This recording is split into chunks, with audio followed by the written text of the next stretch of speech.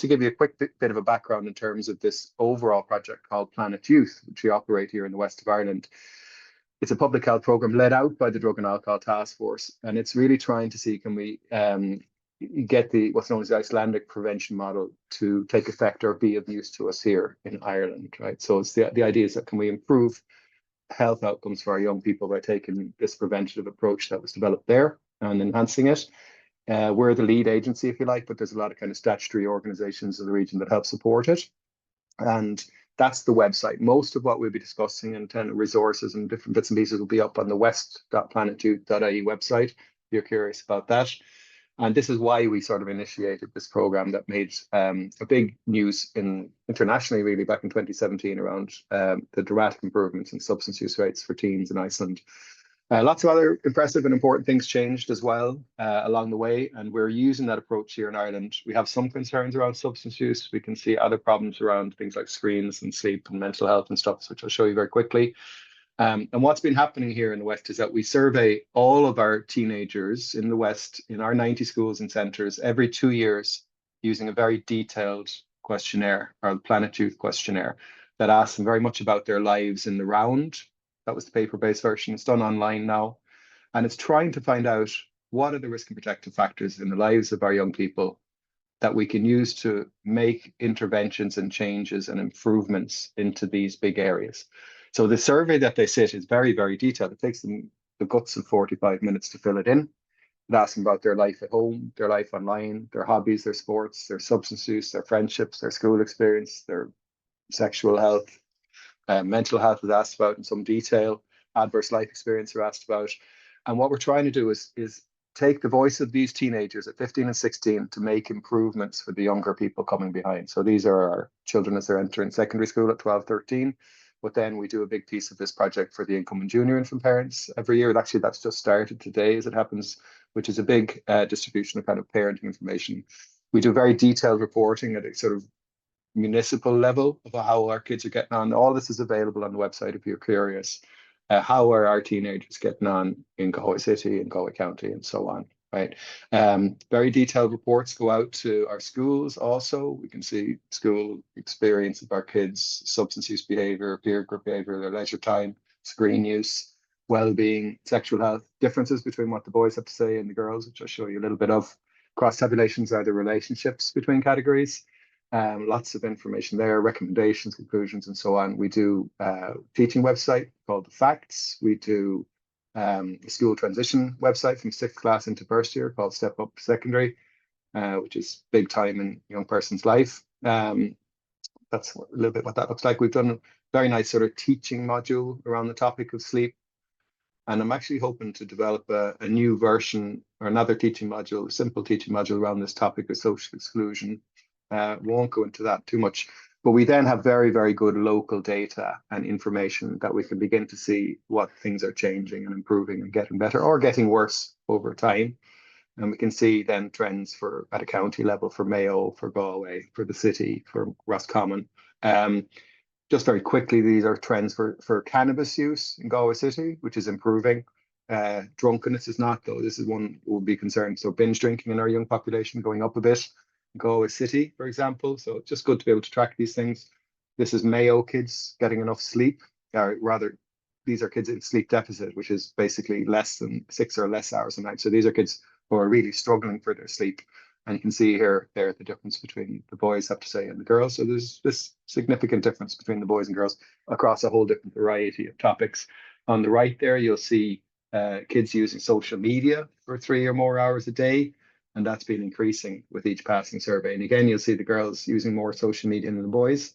Now, they will make it up with gaming. They're no angels by any means, but social media does seem to be a little bit more impactful around that area of mental health and a few other things. So there's problems with this increased social media use. This is kids reporting their mental health is good.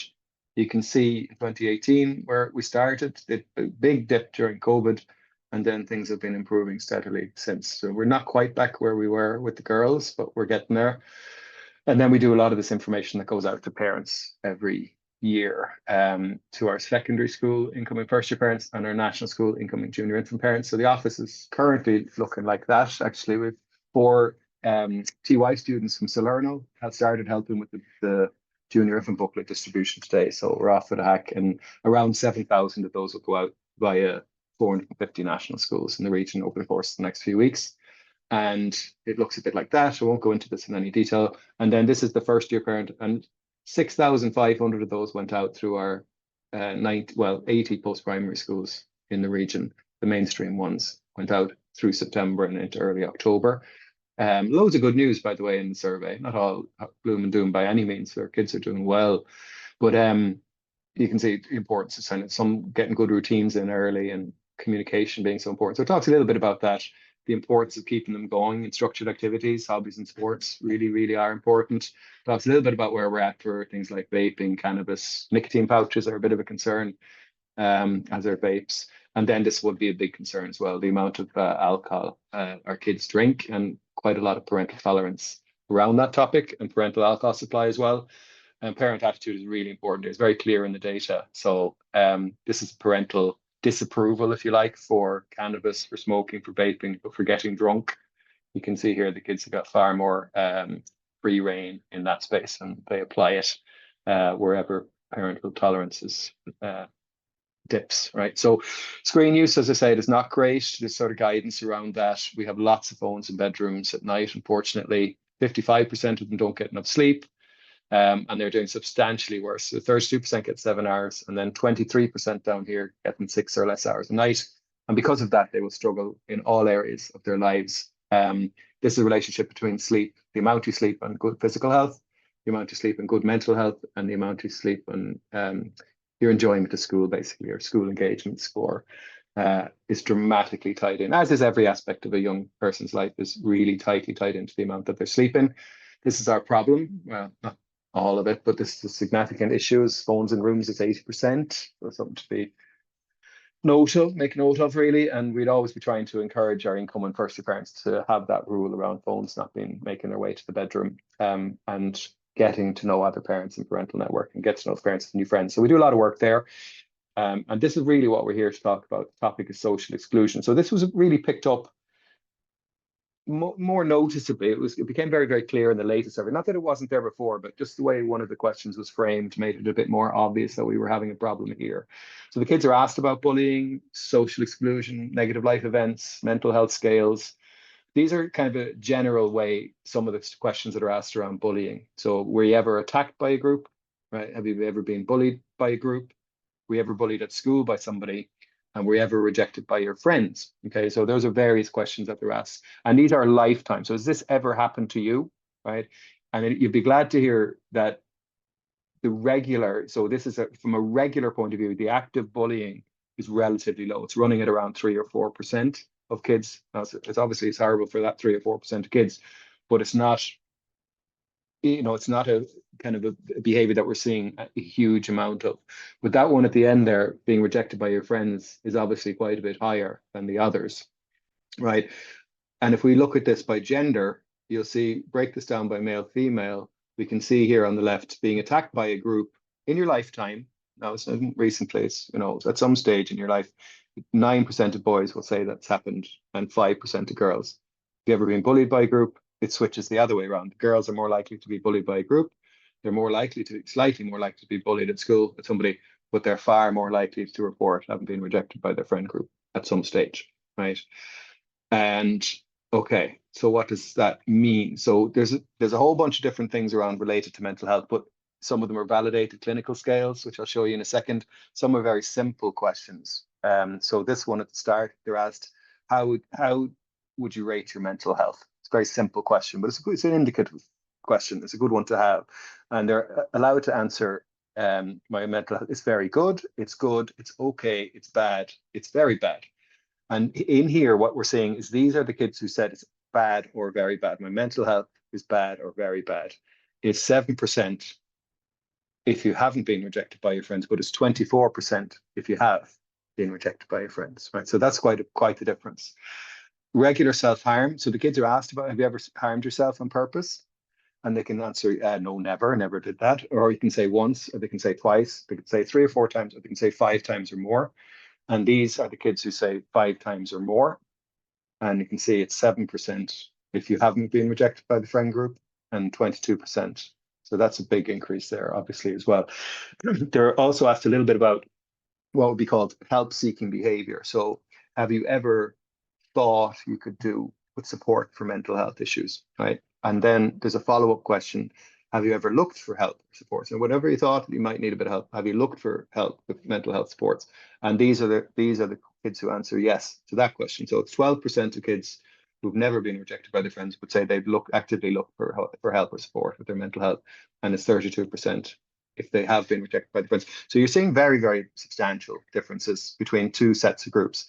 And it's not a small number of kids. These slides are based on around just a little over 5,000 15 and 16-year-olds at the time of the last survey, 5,079 kids to be precise. So in the red here, you're looking at around 3,000 kids, just roughly, and in the yellow, you're getting up around the 2,000 mark. So that's a lot of kids, and they are quite different in terms of what they're saying about things like their mental health. Okay, I nearly finished, right? So these are more kind of what we call validated clinical scales. So there's one called the DASS, which asks 21 questions, and 7 of them can be scored for depression, 7 are scored for stress, and 7 are scored for anxiety. And they're all scored. You can have a normal, a mild, a moderate, a severe, or a very severe score on that scale. And this is so the depression scale. And what we have here is a combined severe or very severe. So any kid who said who scored severe or very severe off the DSS, and it's 4% of young people who hadn't been rejected by their friends, but you can see 16% if they had. WHO5 is called the WHO5 Mental Wellbeing Index, and it's 5 questions they're asked. And in theory, the idea of the WHO5 is if you fail or if you fall below this threshold, you would warrant a mental health assessment. That's what the World Health Organization says. We don't do that screening tool here in Ireland, but this is what it looks like. So 23% of kids fail the WHO5, or 44, as you can see, and the BRS is a resilience score. So you have a low score on this BRS resilience scale, 6 questions related to resilience. And Rosenberg is the last one there. That's 10 questions related to self-esteem, right? And those, you can have a low score, a low self-esteem score in the Rosenberg, or medium or normal. Can't remember which off the top of my head. It says medium or normal or high, right? And these are kids that would report a low score on Rosenberg, correlated against this, have you been rejected by your friends or not? So again, quite a very, really significant difference there. And it follows through then to substance use as well. So we can see here scores for lifetime cannabis use, for daily vapors, nearly double. And then this is one that we're always concerned about, is regular kind of binge drinking. So drunk in the last 30 days is 27% or 37%, depending. So lots and lots of differences.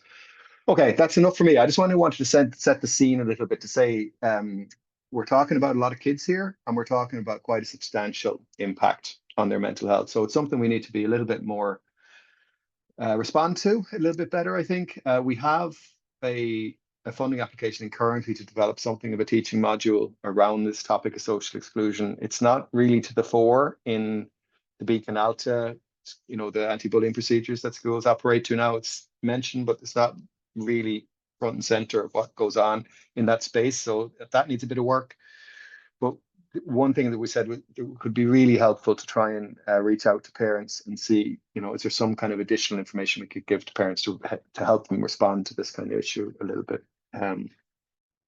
Give them a bit more information and tools around it, really. Now, just before I hand you over to Malie, I just say I was recommended this book earlier on in the year, Johann Hari, Lost Connections, which is an interesting kind of book, I have to say. I'm enjoying it. Not quite at the end of it yet, but it talks about how this kind of exclusion can have impacts on our mental health, and some ideas about some stuff that we could do to address that. So it's an interesting read. Again, I'll put it up in the PDF slides that go out later on in the week or early next week, if anybody was curious for a bit of additional background reading. And that's it from me, and hand you over to Malie. So thank you. Thank you so much for being here. It's just wonderful to speak to all of you on this really important topic about supporting your teen when they're feeling socially excluded. I suppose I come to this topic with both, personal and professional experience. just to introduce myself, I am a chartered clinical psychologist in Galway, and I've worked in the HSC for many years, and now I work privately. I also lecture in the University of Galway in the clinical psychology course. I am an author of the book Love In, Love Out, A Compassionate Approach to Parenting Your Anxious Child. And I'm particularly interested in educational, in kind of prevention models. And over the last 3 years, I've been involved in creating the content for the Lust for Life Schools program. I'm the psychological lead for that. And what's really positive is that we're now in 50% of primary schools. It's a free program offered to schools. And we are just piloting the first year program as we speak. It's called Rising Minds, and it should be available to all schools by next September, which we're really happy about. And a lot of the stuff that I'm talking about today will be in those programs. So, it might be something for you to look out for. Again, free to schools, and very much in line with the educational curriculum, because it was created by myself, and a lot of educational consultants and a whole team that are well used to working with schools. Um, so as Emmet said, he already went through some of the research with you in terms of the interesting findings about peer exclusion. And I'm going to talk to you tonight about how exclusion or rejection impacts on human beings, and what can we do as parents to help our children. I have a 14-year-old who's in second year, and I have a 12-year-old in sixth class. And I can say that they're both girls. Both of them have very much, come home and, told me times where they have felt excluded. And so it's certainly something that, and many clients have come into me and reported this about their kids and wanting to know how they should react. So I suppose that I'm hoping that tonight's talk will help. I will provide you, as Emmet said, I'll give you a PDF of all my slides within the coming week, so that you don't have to write any notes or anything like that. You can just listen, if that's okay. So as the Planet Youth research would tell us, that many teens report feeling left out or rejected by peers. Girls more than boys report higher levels of peer rejection, although we also saw some boys reporting it. Those who feel excluded are more likely to experience, as Emmet said, low self-esteem, anxiety, depression, and in some cases self-harm. And as a psychologist would always say, correlation does not imply causation. And what that means is that just because two things happen at the same time in the data doesn't mean that one thing causes another.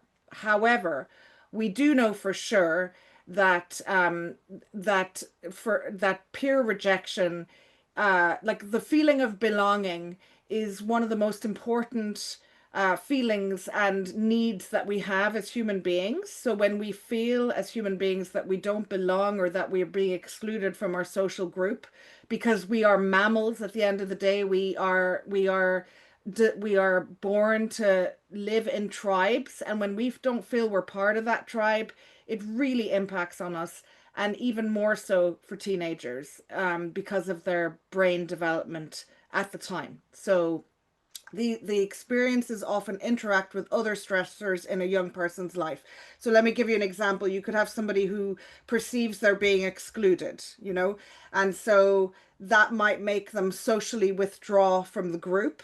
And then that might make them, for instance, choose another group who they may not have chosen in the first place, but maybe that group might be more the group that gets into, they're all at a stage of identity formation. So they might go to a group that they might not otherwise have joined, and that could lead to other situations. So what I'm trying to say is that there can be there's an interaction between all of these. And then, if you have lower self-esteem, you're less likely to put yourself forward in a group. And it can be a vicious cycle, as we know as parents. And behind every statistic, we've been speaking a lot about statistics, is a young person who feels, I'm sorry, now you can't see that, unseen and unsupported. So, I'm very much like all about the compassionate approach, and very much kind of saying to you, parent to parent, that this is really hard stuff, because it literally cuts at the core of what we do as parents, which is protecting our children, not wanting them to experience pain, wanting them to feel included, to have friends.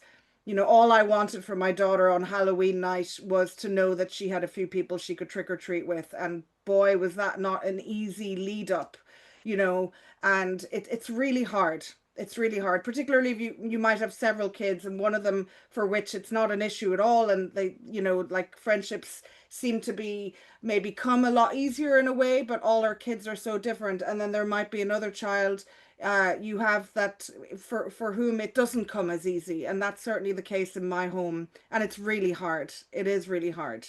And so it's kind of like, how do you react, right? um so I'm not even going to go through the stats here. Emmet has already kind of talked to you about that. So the power of belonging. Belonging gives young people a sense of safety and connection. I matter and I have a place in the world, right? And that's the same for all of us, by the way, as human beings. It is the most, as I said, important thing for us. It's a buffer against stress and anxiety. Being in a tribe, being in a group, it is a buffer, against stress and anxiety. It's just the way our makeups are. It gives us the confidence to explore and take risks. It's a foundation for resilience and emotional well-being, and it gives us the courage to be ourselves. Belonging isn't a luxury. It is oxygen, sorry, for the teenage brain. So literally, it is not like, this stuff we're talking about. When I first heard about this potential for a talk, I was like totally down up my street, because like I see this in every single, like, I see adult clients, teenage clients, and this comes up time and time again in the work that I do with people. I'm sure you've all heard of Maslow's hierarchy of needs, or maybe you have. If we're just belonging sits at the heart of human well-being. So at the very lowest, we need to have our physiological needs met, like air, water, food, shelter, sleep, clothing, reproduction, right? The next thing is safety, our personal security, employment, resources, health, property, having things, like being able to live in the world. Next is love and belonging, friendship, intimacy, family, sense of connection. And then you move on to things like self-esteem, recognition, and then self-actualization, which is your desire to be the most that you can be. If love and belonging are not there, if we're not feeling that sense of love and belonging, right? And for teenagers, their peer group is so important, as we know. If they're not feeling that sense of love and belonging, then it's really hard for them to reach the esteem and the self actualization of Maslow's hierarchy. He's basically saying that our needs go from here, from down below to all the way to the top, and we can't get to those higher level needs unless we have love and belonging. And actually, safety needs are also very important here, because when we feel socially excluded, we feel unsafe in the world, and safety is the most important thing that we need as well. So inside the teenage tricky brain, I often call it the teenage tricky brain, but I also say it's an amazing brain, because I don't want to just, make, like, it is the brain the way it's designed to be. And but rejection gets amplified, unfortunately, because they're exploring their identities. Who am I? Do I fit in? Where do I belong? Heightened social radar. They're hyper aware of their peers. They're hyper aware of social comparison. We all compare ourselves to each other, by the way. That's completely normal. But for teenagers, even more so. FOMO, fear of missing out. Can you I can't even imagine being a teenager nowadays and seeing my friends post on Snapchat how they're out in town together at the Christmas market or whatever they're doing. Imagine what that's like for a teenager. Like, that you can feel socially excluded by just lying in your bed and looking at your phone. Whereas in my day, I didn't know what my friends were up to. Do you know? So it really is very difficult. They crave belonging and they fear exclusion. Negativity bias on overdrive. The brain holds on to rejection more than praise. It's just the way our brain is designed. It's like Velcro for the negative, Teflon for the positive. Um, we have to. If how many of you are on this call? 443, say, right? If 442 of you said Mali did a great talk, and one of you said that was the worst talk I've ever heard in my life, what a waste of time, who would I be thinking about tomorrow? The one person who said it was a waste of time. And by the way, it's totally fine if you think so, or if met more of you think so. But what I mean is that is just the way our brains work to keep us safe. And that's what's happening with your kids as well. They're thinking more of it's when you hear things like I never get invited to things. It's always like this. These are kind of black and white thoughts. This is negativity bias. And I think that's why I'm so passionate about teaching these concepts to teenagers in the Lust for Life program that I'm working with at the moment. And I think these are things that we can teach our children as well, is that this is normal. This is normal. This does not make you abnormal. This is normal to want to belong. It's okay. We all want to belong, and it really hurts when we feel excluded. I've left WhatsApp groups, for goodness sake, when I feel excluded, and I'm a 49-year-old woman. So, it's just universal, right?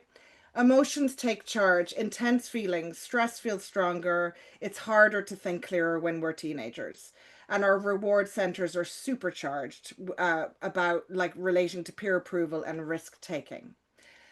So I call it the perfect storm, the teenage life, or the teenage years, because you've got modern life meeting the tricky brain. So we've got our tricky brain where you have the negativity bias, the social comparison, and then you've got the modern life technology, all the pressures going into school. You have to perform, thinking about how am I going to afford a house later on? How am I going to get we're all on overdrive in society. It's all about being more, wanting more, getting more. And it's really a lot of pressure on our teenagers. There's a lot of focus on results rather than process. And teens feel there's studies done to say that teens feel less in control of their lives now than they did 30 years ago. And so having a feeling of less control in your life actually also contributes to less positive mental health, because you don't feel empowered. So I suppose my approach to peer rejection is very much one of empowerment, but we can't go to empowerment until the child feels validated. So some young people, and I really want to acknowledge this, that some young people face extra barriers to belonging in terms of difference. So being of a different race or culture, identifying as LGBTQIA+, being neurodivergent, there's a lot more diagnoses taking place, a lot more awareness of that now, living with a disability, or not fitting dominant social norms. When difference is celebrated, belonging deepens for everyone. Okay. And so it's really important to kind of acknowledge that it's extra difficult for some kids. And I'm just thinking of like when children or when teens go into first year of school, of secondary school, they are literally like holding on to any peer group that they can. It's a new environment. They're trying to figure out who they are. They're trying to figure out, they pick their friends dependent maybe on how those friends make them feel, but they're not very selective about those friends in first year. It's very much like I will literally hold on to anything or anybody just for a sense of safety. And then in second year, I find just as their brain starts to prune, which means that the connections that are no longer as valuable kind of start to waste away and they make new connections, right, with their brain, so do their emotional connections and their friendship connections. And this can unfortunately lead to episodes where people can feel quite excluded because the friend that they had in first year doesn't want to like hang out with them anymore. And you're kind of, why is that? And unfortunately, that it is a common occurrence. And I think the fact that there's like 444 people here tonight will show you that you are not alone as a parent in having experienced your child. And I know you're here because your child has experienced this. in some way and you want to do your best to help them. And so just even knowing that there's that many other people in your shoes shows you that this is a common human experience. That I'm not trying to uh like lower it or minimize it in any way, shape, or form. It's just to let you know you're not alone. Okay? You're not alone. And it's really hard. So why rejection hurts so much? Brain processes the social pain just like physical pain. The moments feel big for our teens because they are, because it is like physical pain. It can lead to low self-esteem, anxiety, withdrawal, addiction issues. That's why it's really important that the Western Regional and Drugs and Alcohol Task Force are actually including this social rejection as part of their talks, because, you know, disconnection, as Johann Hari talked about in his book that Emmet quoted, disconnection can lead to addiction issues. You're trying to find connection through addiction. Rejection can cause overcompensating behaviors, trying too hard to fit in, masking, people pleasing. It can have a stronger impact for neurodivergent teens who might be experiencing rejection sensitivity, where you know, like something that mightn't be feel as big to someone else will feel even stronger to them because of how they process sensory information. And like, you know, I think there's a question that has come in for later where I will be answering a question about a child who's dyspraxic. That the answer to my question will also kind of help people who have kids who are ADHD or autistic or any type of neurodivergence. Rejection hurts so much because it leaves parents feeling helpless and young people feeling isolated.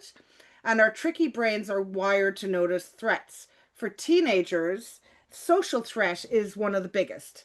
A single moment of exclusion can feel catastrophic. So it really can. And to a parent, to you listening to it, you might think, oh, sure, that's, you know, sure, it'll be grand tomorrow. And don't you have those other friends? And because we don't want to feel their pain, right? We don't want to feel their pain. It's too hard to witness our children's pain. And very often we try to get into action mode and go, or else we might do the, who said that? And what, how dare they do that? And there's a bit of that can take place in the comfort of your own home, you know, like very much like that's awful that that happened to you and all that kind of stuff. But it's like, how can we find the balance between validating their feelings and empowering them along the way as well with that? Because they're teenagers. We're trying to prepare them for the outside world.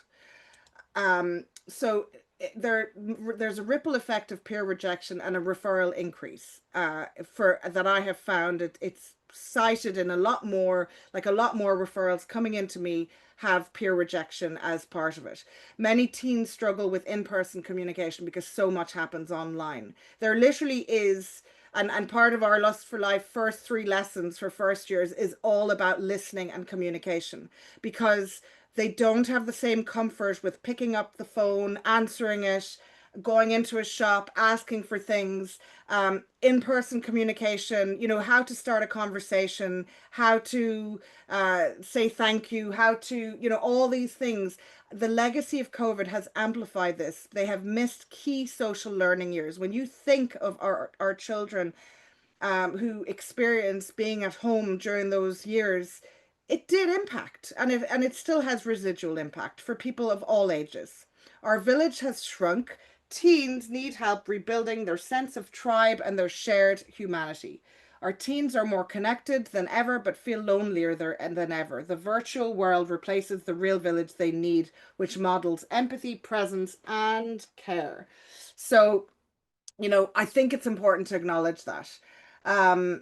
So I think like, and I am conscious of time and I really want to get through like the action points of this presentation, but there is a difference between peer exclusion and bullying. Okay. So like, I know that like peer exclusion that's being left out or not invited, it can be unintentional, situational, linked to changing interests or group dynamics, short term. It might repair. Some parents report about, oh, my child said they're rejected by this person this week and they're best friends the following week. That's one of the questions that's come in. I've noticed that with my kids as well, where it's like they can feel really strongly about, oh God, that person was so mean to me, and then suddenly they're fine again a couple of days later, and you've gone down the road of like, oh my God, they're so mean to you, and then kind of then they're best friends again, and you're like, what the heck is going on, right? So, but just to say there is a difference, and bullying is more like a repeated and targeted behavior with intentional harm or humiliation. It involves a power imbalance. It causes ongoing fear or distress. It's different, okay?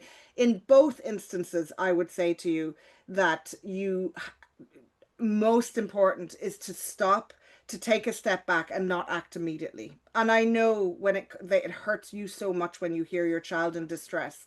But, you know, bullying may definitely require more kind of an adult intervention where you will talk to your child, and I said with their consent, because I don't suggest going straight in somewhere and doing it without your child's knowledge of what you're doing, because I think that's going to impact on your relationship in a negative way.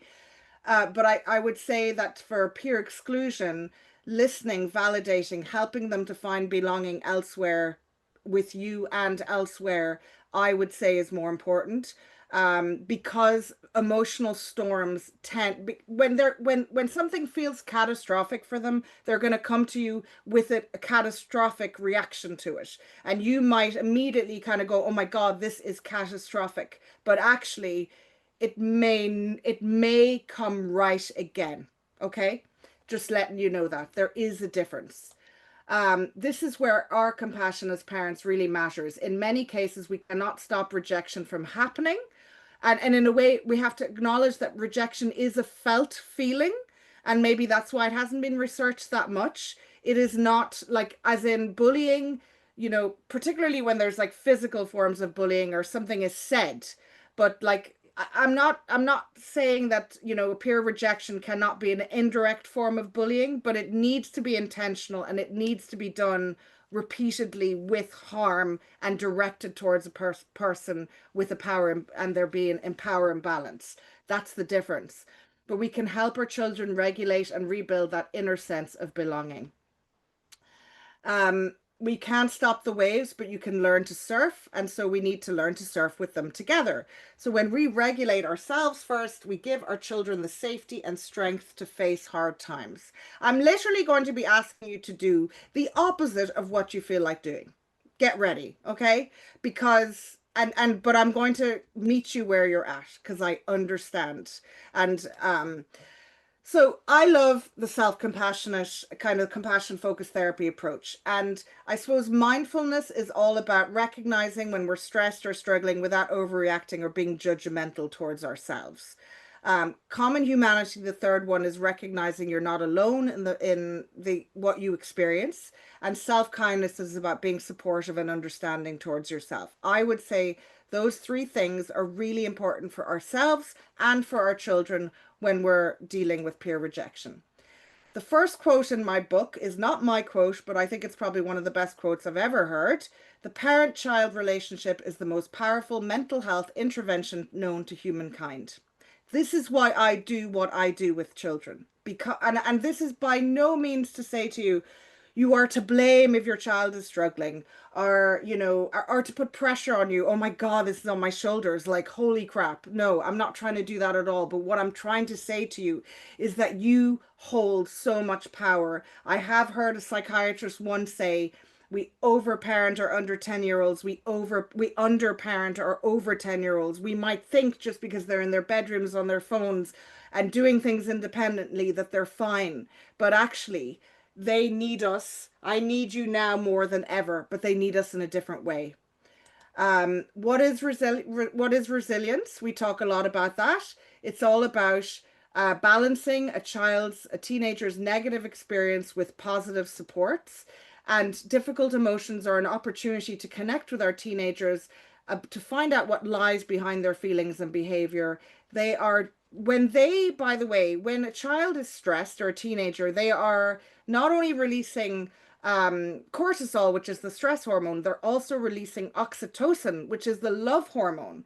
So when they come to you saying, I'm stressed and I can't believe this happened and she was so mean to me today and it was the worst, blah, blah, blah, they are seeking support and connection from you. They're not seeking a solution. They're not seeking you to fix it. They don't need you to do anything in the moment. They just need you to hear them. That is what their body is seeking from you, their brain chemicals. And how caregivers respond has a significant impact on how they cope and the impact it will bear on them physically and emotionally. So Gabor Mate has a brilliant book called Hold On to Your Kids, Why Parents Need to Matter More Than Peers. Now, of course, our teenagers are very interested in their peers, and that's a normal developmental kind of task for them to be that way. But I suppose what he's trying to say, and he's a trauma-informed therapist, he's trying to say that we need to hold on to them in ways and not just think that they're doing fine. We need to support them. You have more influence than you think. In my book, I have what's called an acronym, which is SAFE, right? And it was kind of looking at how to parent an anxious child, but arguably it could be used for any emotion. And as we know, peer rejection can very much cause anxious type of symptoms. So the S is for self-care or self-compassion, and I'll go through this with you. So it's basically kind of giving us instruction on how to react to a difficult emotion with our children. And what I would say is safe. So self-compassion first, checking in with yourself. How are you feeling in this moment? Your child has just told you that they were going to go trick-or-treating with a friend, and the friend has now said to them, sorry, there's no room for you to come with us, and you're not coming. This is what happened like a week and a half ago in our house, right? So right? So self-compassion. How do I feel in this moment? What's this like for me? How can I steady myself right now? How can I anchor myself? The next step is anchoring your child with their emotions. The next step is feeling felt, which is from Dan Siegel, amazing kind of neuroscientist. And it's only then that we can get to the problem, the solutions, all of that. We need to start with self-compassion, and then we move through. And this is a trauma-informed approach. It's about like the kids cannot take in information or learn or problem solve if they don't feel safe in their bodies. But they can't feel safe in their bodies unless we help them to feel safe in their bodies. So if you're screaming out loud saying, oh my God, that person's so mean, I am going to go into that school tomorrow and I'm going to tell them, I'm going to ring their parent and tell them, oh my God, like this is the worst thing in the world. Your child's not going to feel safe in that moment. Okay, so that's kind of, so self-care, self-compassion, you can't pour from an empty cup, right? So it's important to take care of yourself. It's important to work on yourself. If all this stuff is difficult for you, if, as Viktor Frankl says, between stimulus and response, there is a space. In that space is our power to choose our response. In our response lies our growth and our freedom. I have messed up so much in that space, I cannot tell you how many times I've messed up, okay? But all the thing that makes me feel better is that I know that secure attachment, which is what we want with our kids, a third of the time we're tuning into them. We're understanding what they're saying, they're getting us, we're tuning in, right? A third of the time is rupture. Something just doesn't work. You know, I told my daughter yesterday, no, you can't go to that Apollo disco in a few weeks because you're going to miss a dance rehearsal, blah, blah, blah. That was a rupture, okay? And then a third of it is repair. Repair is literally the fertile ground upon which healthy brain connections are made. If you are able to repair in your household with the people in your household explicitly and saying, I am sorry for saying that, or and really not using a but at the end of an apology, it is so valuable to our children, right? And it kind of helps them to learn to repair with their friends and to expect repair in relationships as well, and to know what relationships don't, if my friend never apologizes for something, then maybe I don't know if they're really the kind of friend I want to have, right? So I guess I just want to let you know that, even if you get one thing from this talk, it's the importance of repair. And I know it's really difficult for some of us, because for many of us, this was never done in our households, but it's really important. Okay. Um, Recognizing when we need soothing. So the capacity for self-soothing for a parent is born out of hundreds and hundreds of instances of being soothed by someone else. So if you find it difficult to soothe yourself and to be compassionate towards yourself, it is because it was never done for you. It wasn't done for you in a consistent enough way. That's not to say you're doom and gloom forever. We can earn security in our lives. We can go to therapy and, look at those patterns. We can meet really good friends and people in our lives that can help us to feel soothed again and to feel valued as people. But what I'm saying to you is, if that self-compassion part is really hard for you, there's a reason, and maybe it's important to explore that. And it's also important, by the way, to recognize when we need soothing. So, right, this is my cup. Okay, can you see my cup? If I am not looking after myself on a daily basis at all, and sometimes looking after myself might be, I'm going to go for a walk now. And my child might need to be on a screen for another 5 minutes, or I'm going to, what I do sometimes when I work away from home is, as I just park the car near the house and go for a walk, knowing that I'm going to be a far more able mommy when I walk in the door than if I hadn't looked after myself, because you are going to combust if you don't regularly fill your cup throughout the day. So self-compassion is the attitude you have towards yourself, and self-care are the practices that you do.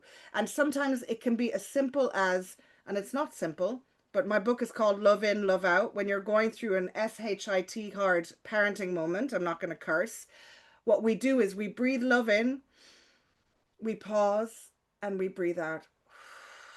And the power of the breath when your child says something to you that's really hard, even, is so, it literally fills you with a better decision making around just being able to listen. Nobody's expecting you to react or to do anything in that moment. You, and anchoring them when their storm, when your child's storm meets your calm, co-regulation occurs. So how can you be a calm boat for your child? Looking at what's happening inside your nervous system when they tell you what's going on for them. Do you know? So what do you need right now to feel safe yourself? And in terms of their own anchoring strategies, there are things that can really help kids when they're feeling really dysregulated. And sometimes it is the kind of breathing in and out and that kind of thing. I find that, when they have like a lot of cortisol in them, that getting up and shaking on purpose can be helpful. Sensory stuff can be really helpful for them. Getting a hug, or, maybe a butterfly hug is so literally, kind of engaging with them by, doing things that can help their bodies to feel safe in a moment is really important. Dan Siegel talks about move it or lose it. So move it or else lose your temper. I don't know how, I know when I'm kind of, kind of really stressed, I know that moving really helps me to disperse that. Feeling felt. This is Dan Siegel's idea again. It's the idea of the 4 S's of attachment. He talks about children, the importance of children feeling safe. So where children feel safe and are protected from harm. They need to feel seen. Parents are empathetic. They work to understand and respond to their child's inner experience. They need to feel secure. Parents are a secure base for their child from which to explore, and a safe haven for them to return. And soothed. Parents are present and attentive when their child is distressed. Soothed children learn how to understand and regulate their emotions. The quality of your relationship with your child provides them with a psychological immune system for threats. Threats are going to happen. I'm telling you this. They will, feeling rejected, and I know it happens more for some children than others. I'm not trying to discount that at all. However, that relationship you have with them at home will provide them with the psychological immune system. So even if it's like thinking to yourself, God, this self-compassion stuff, I'm finding that really hard. Like maybe I need to look into that a bit more, what she said, or else it could be, we hardly ever like repair after a row in the house. We just sweep it under the carpet. Or it could be, oh, I never breathe when my child says, that they're in distress. I always go straight to action mode because I can't hear that. Those are like, that's what I'm asking you to do is pause, just pause. Sometimes the best thing we can do is nothing. And to breathe. How did you soothe your baby when they're little babies? You just breathed and you just kind of went, and they're the same. I know they're teenagers, but they're not immune to that kind of, let's talk about it for a little while and let's just lie on the bed and I don't know, have a chat, or let's go for a walk together or whatever else. Do you know what I mean? So as I said, these are things that work with teenagers. Sideways chats. So they say that having, rather than like face to face, tell me how you feel. It's kind of like when you're on a walk, when you're in the car, you might get more information than you might otherwise get. Be curious, not judgmental. Don't jump in there immediately. Let them tell you the story of what happened. Okay? Being a teenager is hard. Okay? So put yourself back to being a teenager again. And what was it like for you when you felt rejected? What did you need from your parent? Did you need them to jump straight in? No. You needed them to listen to you. That's what you needed, because they're not going to get that anywhere else. They're only going to get that at home, right? They might get that from friends, but you're the caregiver, And just be mindful for miscues. Your child, your teenager might say, I don't want to talk. Like, get out of my, I don't want to. And they're really, that's a miscue. That's not really telling you how they really feel. So that's not a good time in that moment. But come back to them, knock on their door in 15 minutes, half an hour, and see. They could be feeling in a different mode at that stage. Would you like a cup of tea? Would you like a biscuit? I do a lot of my communication with my teens when I do their hair, for instance. Oh, can I have a plait? Can I have whatever else? And offer to help doing something like that and see, can you get a bit more out of that. Unpacking a worry. When they say, oh, this is all terrible, unpack it. What part of it is terrible? Tell me a bit more about that. Empowerment. So,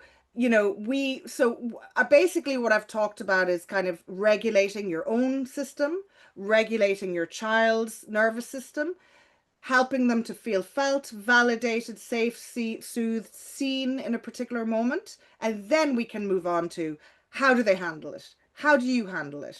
Okay. So whose opinion matters most? Mapping out whose opinion truly matters builds perspective, self-worth, and resilience. So there's your child, right? So map out with them, what are their circles of influence in their lives? Whose opinion really matters? Because the person on social media who doesn't know them, the person who, who's out in this gray circle, does their opinion really matter? Do you know what I mean? Somebody that doesn't know you, does their opinion matters? And, whilst they might be having a friend that they really wanted to be friends with, but that friend really, they don't kind of really like them much, but they were mean to them, how important is that person in their lives right now? They might have been important, but do they really value that person's judgment? So this can be a useful little exercise to do. You can do it by drawing, or you can use little figures to do that. Exploring thoughts. I know that's a lot of, but distorted thinking, all or nothing. It's also called black and white thinking, seeing things in extremes with no shades of gray. Things are either 100% amazing, 100% terrible. You could have a oh my God, catastrophizing, expecting the worst possible outcome. Overgeneralization, mind reading. This, you'll get all these in your slides, but basically exploring thoughts. But you're not going to start by exploring your child's thoughts. This is only when they are calm. You are not going to do, and sometimes this is best left for a therapist to do, or for them to do this kind of thing in school. But sometimes it can be helpful to kind of have a second point of view. So when your child says, oh, it was all terrible, kind of, kind of deconstructing that a bit. Silencing your inner bully. Many kids have an inner bully that says, I'm so bad at this. They will never like me. I suck. Other people's opinions are right. I can't do that. Normalize the inner bully. We all have the inner bully. It's there to keep us safe. But we can have kind of healthier thoughts. If I keep at it, I will improve. I'll be myself. And if we vibe, cool. I can consider other opinions, but should form my own. I just need to spend time on it to succeed. So what we're not trying to get rid of the inner bully. It's there to keep you safe. We're just trying to silence it and have a slightly kinder voice take its place. Mantras. I love these. I do them all the time, right? So when I'm about to do a presentation, or when I'm really nervous about something, I'll say, Mally, you got this. You got this. You can do this. You got this. Get your child to come up with their own mantra. I am safe. My voice matters. I got this. I am strong. I am so cool. Whatever it is. But just, have that. Show them what your mantra is. We all hopefully have them. They're really important. Helping them build their community. And I'm nearly finished my slides. Teens may need many safe adults, not just parents, to feel seen and supported. A wider network protects mental health and builds resilience. Encourage shared activities, creative projects. I know my kids are part of musicals, less so sports nowadays, more like musicals and dance and things like that, right?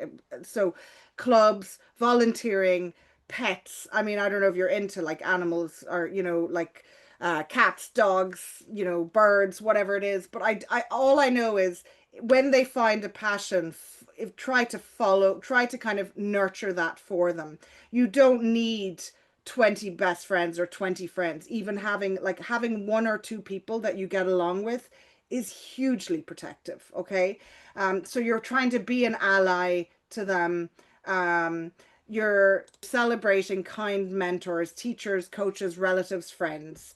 Oh yeah, allow them their space. I see there. So like allowing them their space is really important as well. So sometimes, like, say if kids have been masking all day in school and people pleasing, they just need their own space when they get home, and they might have an explosion. I hear of many parents saying to me that their kids will sometimes combust when they get home, and that's because they've been acting all day, and that's okay too.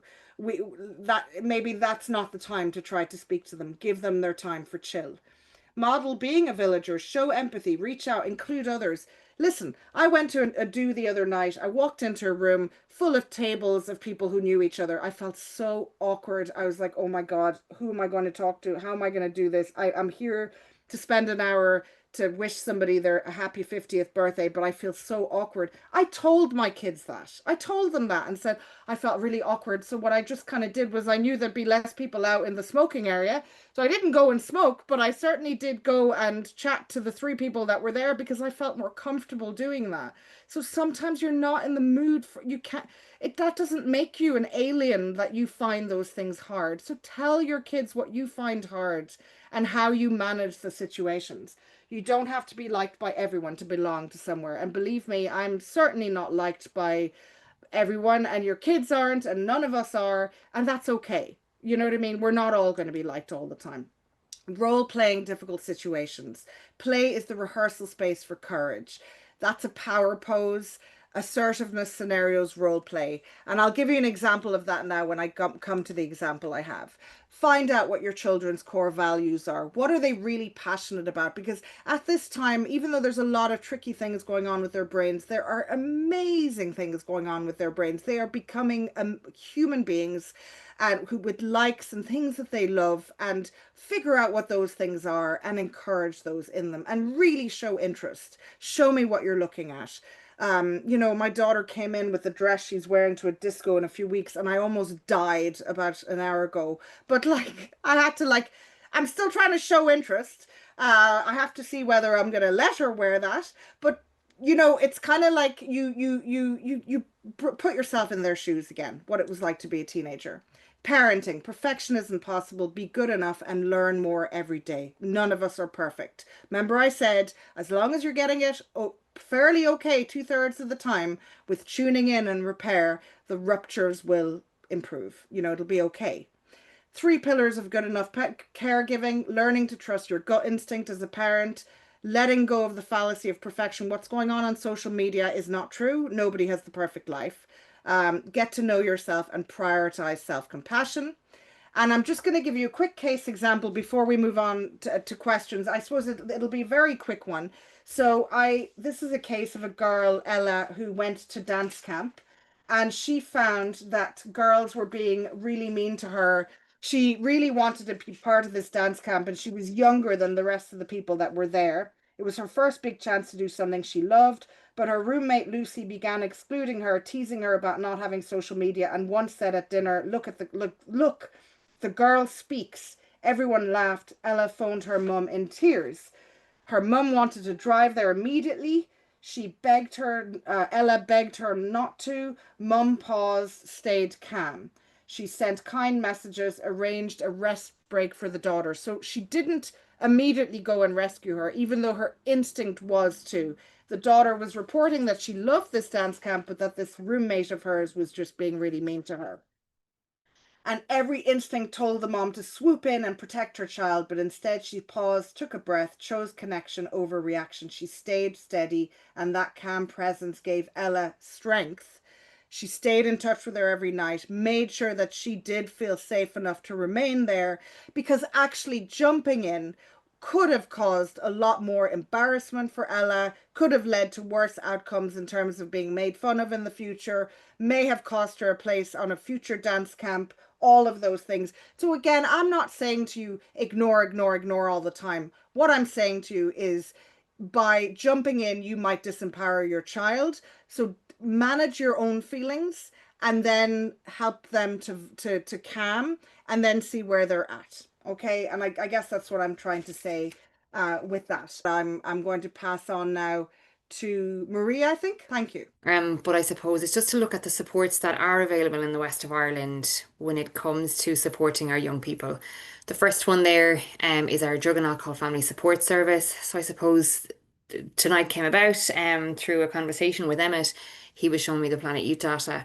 And I said, we're hearing this from some of the parents that we're supporting when it comes to substance use, when it comes to that rejection, whether it's around using or not using, or maybe kind of getting involved maybe in storing or distributing of substances. Well, if I don't, then maybe I'll be rejected, and how a young person might feel around that. So I suppose we support any family members who are impacted by someone else's substance use. And we have a worker in each county. So in Roscommon, we have Noreen Burke. In Galway, we have Robert Dervin, and then we have Bernie Avdich, who covers County Mayo, and all their details are on our website if you're wanting to get in contact with any of them. And then there's the Planet Youth, which Emmet has pointed us to on the website, and it's a hub of resources. I know in the questions some people were asking for the booklets. The Parent Power booklet is available on the Planet Youth website. As are the reports and summaries, of the surveys that have been done throughout the years. There's Mindspace Mayo, who provides support to young people. They're based in Castlebar, but have a number of clinicians who support young people throughout County Mayo. I've put in B Canolta as well. I suppose that's looking at the policy around prevention and addressing bullying within schools, and that's available online if anybody is wanting to have a look at that. There's spunout.ie for young people. There's the Parent Hub as well on our website. All things kind of to do with parenting and substance use and support available in the west of Ireland. There's number 4 Youth Service, who are based in Galway City. We've got the Recovery Colleges, Regari, and the Discovery College as well, Discovery College West, which is a support to increase mental well-being for young people aged 12 to 25. There's Parent Line, who offer fantastic free support to parents from 10 a.m. until 9 p.m. Monday to Thursday, and from 10 a.m. until 7, I think, p.m. on a Friday. And they have volunteers who work on that helpline if there are any queries in the parenting sphere that you're wanting advice or support around. And then the ISPCC also offer huge resources for young people and for parents and carers also. If there is substance use, there are under 18 substance misuse counsellors as well through the HSE, and their details are available on the Support Me website. And if you are looking to get in contact with with anybody and you're having difficulty, feel free to contact us and we can help with that. So I've just gone into a little bit more detail. These slides will be available for anybody who has attended this evening. Thanks for that, Maria. Does all this information relate to children in 5th and 6th class? Concerns and issues as a teenager largely raised here, but do these questions relate to the dynamics in that kind of a classroom or group setting as well? Would you say we reach down into that age group? Oh, for sure. For sure. Yeah. I mean, I think I actually think it relates to all of our, every age when you think of it, but most specifically towards the kind of, because I mean, teenagers are becoming teenagers so much earlier now. So like definitely from age 11, I would say yes. Would you recommend some kind of coaching or therapy for a boy who's extremely self-conscious, hasn't made a single friend since starting secondary school last year, and how to find a list of resources? Basic Cork, boy's 13. So would you think there's sometimes a child might need a bit of coaching or life coaching or mentoring around some of this kind of stuff, making Yeah. friends? Yeah, because like I think sometimes we just expect that social skills are just going to come naturally, but some, like, and this is for a child who's neurodivergent. No, it doesn't say that. No, Okay, not okay. that one. No. Yeah, yeah, I mean, as I said, I don't know, oh yeah, that's another thing that Ella's mom did. The example that I gave was to actually like role play how to start a conversation or that kind of thing. So there are ways of doing that. Yeah, so I don't know if that helps. Is it wrong to cry with my child if they're upset?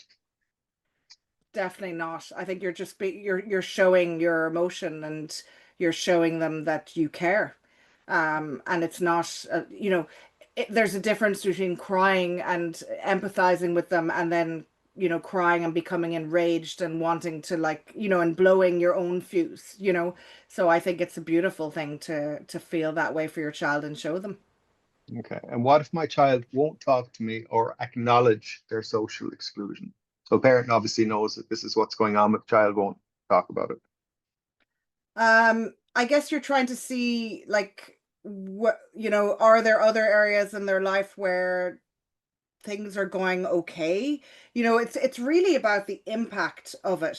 How much is it impacting on your child? Um, and I guess trying to maybe find little entry points to being able to, because sometimes parents, I think, can expect, oh, my child should have X number of friends, and that's the healthy amount of friends to have. But not every child wants to have that many friends, and it's okay. It's okay if and it's okay if friendships change. That's the thing about teenage friendships. They're very changeable, and yeah. Well, that leads neatly enough on to this one. I think you sort of answered it, but we'll cover it anyway. It speaks to me a little bit in terms of this, what you're talking about, the dance, the drama, and get kids into other activities and stuff and other interests. So if a boy age 14, seems quite happy on his own in school, he sits in a group at lunchtime, but doesn't meet them outside of school. So he likes his own company in school. Should a parent be worried? Question mark. He has activities outside of school. Doesn't sound like it to me. Not if the child is not indicating distress. Sometimes at different ages, like things might become more difficult for a child when they go into secondary school, for instance. But if your child is not indicating that they're not okay or not showing any signs, then it's difficult to kind of step in, but you can always check in with them and just kind of see whether they're interested in joining other things or being part of other things. Yeah. Okay, Joe, there's a one here. School refusal creeping in. Maybe my 14-year-old girl feels excluded from her friends, regularly asked to come home early from school. How can I support her through this while not giving into this request?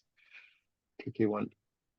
Yeah, I mean, that's a really difficult one. I guess, it's important that, like, it is, as I said, a common humanity thing. Like, it does happen to a lot of teens that they can feel that way. Like, I'm wondering, like, it's obviously having a big impact on your daughter if she wants to avoid school, um, and or come home early.